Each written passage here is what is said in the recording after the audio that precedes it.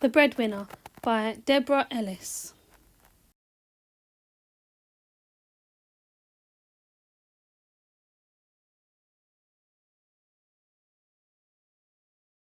I can read that letter as well as father can, Provana whispered into the folds of her chador. Well, almost. She didn't dare say those words out loud. The man sitting beside her father would not want to hear her voice, nor would anyone else in the Kabul market. Provana was there only to help her father walk to the market and back home again after work.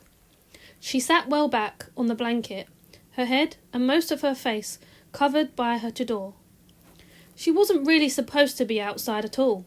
The Taliban had ordered all the girls and women in Afghanistan to stay inside their homes. They even forbade girls to go to school. Provana had to leave her 6th grade class, and her sister, Noria, was not allowed to go to her high school. Their mother had been kicked out of her job as a writer for a Kabul radio station. For more than a year now, they had all been stuck inside one room, along with 5-year-old Mariam and 2-year-old Ali. Provana did get out for a few hours most days to help her father walk. She was always glad to go outside, even though it meant sitting for hours on a blanket spread over the hard ground of the marketplace. At least it was something to do. She had even got used to holding her tongue and hiding her face. She was small for her 11 years. As a small girl, she could usually get away with being outside without being questioned. "I need this girl to help me walk," her father would tell any Talib who asked, pointing to his leg. He had lost the lower part of his leg when the high school he was teaching in was bombed. His insides had been hurt somehow too. He was often tired. "I have no son at home except for an infant," he would explain. Provana would slump down further on the blanket and try to make herself look smaller. She was afraid to look up at the soldiers. She had seen what they did, especially to women, the way they would whip and beat someone they thought should be punished. Sitting in the marketplace day after day, she had seen a lot. When the Taliban were around, what she wanted most of all was to be invisible. Now the customer asked her father to read his letter again. "Read it slowly, so that I can remember it for my family." Provana would have liked to get a letter. Mail delivery had recently started again in Afghanistan, after years of being disrupted by war. Many of her friends had fled the country with their families. She thought they were in Pakistan, but she wasn't sure, so she couldn't write to them. Her own family had moved so often because of the bombing that her friends no longer knew where she was. "Afghans cover the earth like stars cover the sky," her father often said. Her father finished reading the man's letter a second time. The customer thanked him and paid. "I will look for you when it is time to write a reply." Most people in Afghanistan could not read or write. Provana was one of the lucky ones. Both of her parents had been to university, and they believed in education for everyone, even girls. Customers came and went as the afternoon wore on. Most spoke Dari, the same language Provana spoke best. When a customer spoke Pashto, she could recognise most of it, but not all. Her parents could speak English too.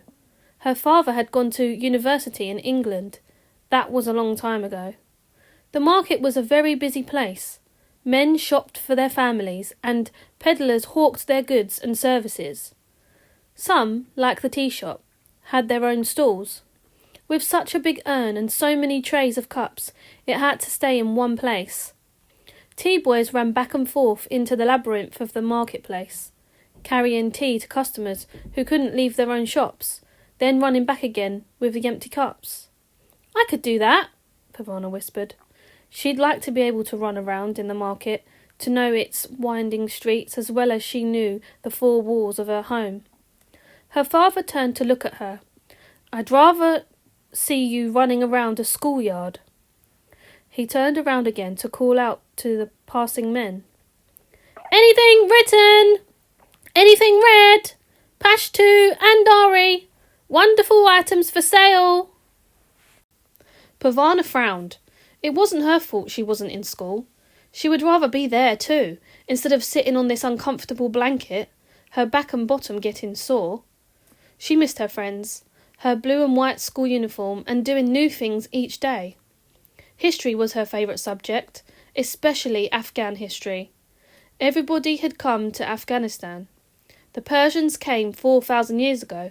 Alexander the Great came too, followed by the Greeks, Arabs, Turks, British, and finally the Soviets.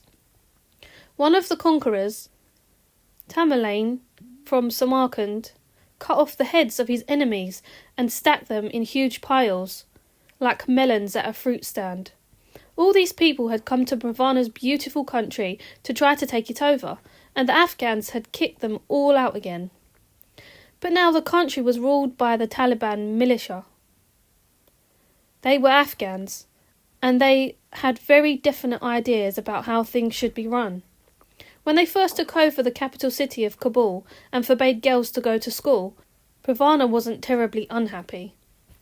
She had a test coming up in arithmetic that she hadn't prepared for, and she was in trouble for talking in class again. The teacher was going to send a note to her mother, but the Taliban took over first. "What are you crying for?" she had asked Noria, who couldn't stop sobbing. "I think a holiday is very nice." Pravana was sure the Taliban would let them go back to school in a few days. By then, her teacher would have forgotten all about sending a tattletale note to her mother.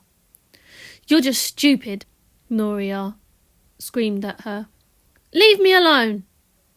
One of the difficulties of living with your whole family in one room was that it was impossible to really leave anyone alone.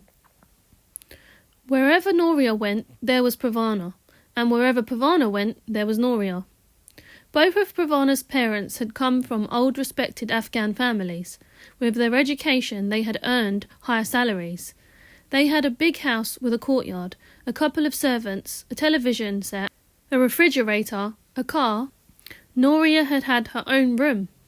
Pravana had shared a room with her little sister, Mariam.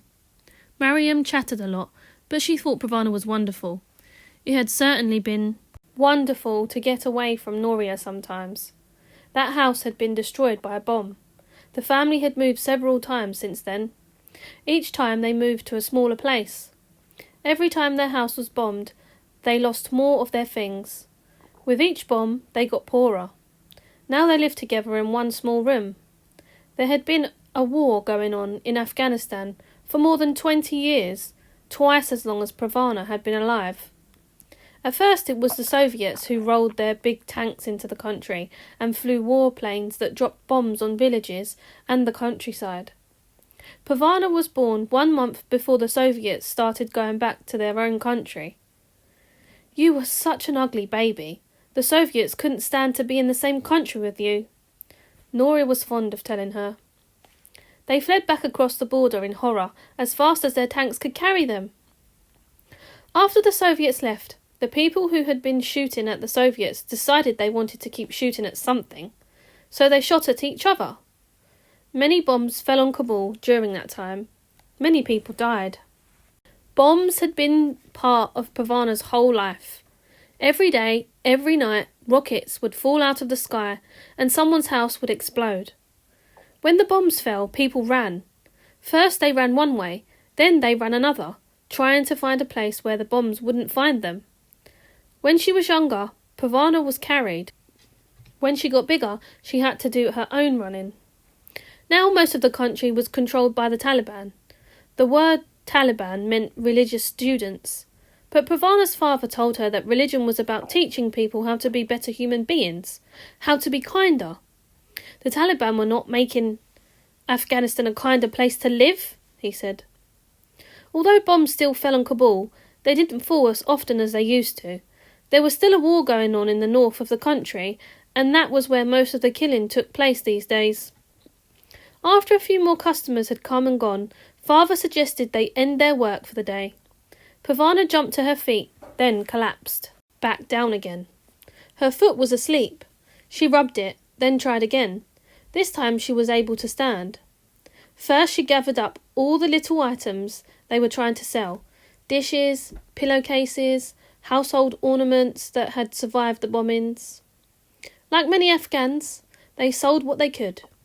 Mother and Noria regularly went through what was left of the family's belongings to see what they could spare.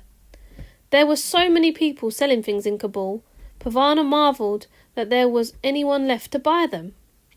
Father packed his pens and writing paper in his shoulder bag. Leaning on his walking stick and taking Pavana's arm, he slowly stood up. Pavana shook the dust out of the blanket, folded it up, and they were on their way. For short distances, Father could manage with just his walking stick. For longer journeys, he needed Pavana to lean on. "You're just the right height," he said. "What will happen when I grow?" "Then I will grow with you." Father used to have a false leg, but he sold it. He hadn't planned to. False legs had to be specially made, and one person's false leg didn't necessarily fit another. But when a customer saw Father's leg on the blanket, he ignored the other things for sale and demanded to buy the leg. He offered such a good price that Father eventually relented. There were a lot of false legs for sale in the market now. Since the Taliban decreed that women must stay inside, many husbands took their wives' false legs away. "You're not going anywhere, so why do you need a leg?" they asked. There were bombed-out buildings all over Kabul. Neighbourhoods had turned from homes and businesses into bricks and dust. Kabul had once been beautiful. Noria remembered whole sidewalks, traffic lights that changed colour, evening trips to restaurants and cinemas, browsing in fine shops for clothes and books. For most of Pavana's life, the city had been in ruins, and it was hard for her to imagine it another way. It hurt her to hear stories of old Kabul before the bombings. She didn't want to think about everything the bombs had taken away, including her father's health and their beautiful home. It made her angry, and since she could do nothing with her anger, it made her sad. They left the busy part of the market and turned down a side street to their building. Pavana carefully guided her father around the potholes and broken places in the road. "How do women in burqas manage to walk along these streets?" Pavana asked her father. "How do they see where they're going?" "They fall down a lot," her father replied. He was right. Pavana had seen them fall. She looked at her favourite mountain. It rose up majestically at the end of her street.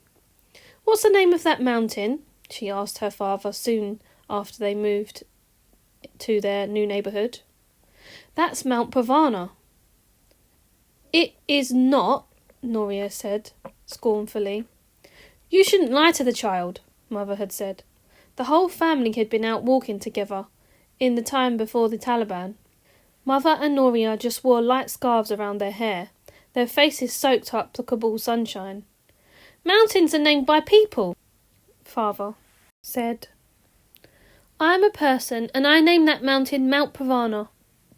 Her mother gave in, laughing.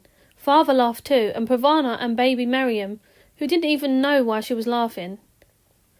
Even grumpy Noria joined in. The sound of the family's laughter scampered up Mount Pavana and back down into the street. Now Pavana and her family slowly made their way up the steps of their building. They lived on the 3rd floor of an apartment building. It had been hit in a rocket attack, and half of it was rubble. The stairs were on the outside of the building, zigzagging back and forth on their way up. They had been damaged by the bomb, and didn't quite meet in places. Only some parts of the staircase had a railing. "Never rely on the railing," Father told Pavana over and over. Going up was easier for Father than going down, but it still took a long time. Finally they reached the door of their home and went inside.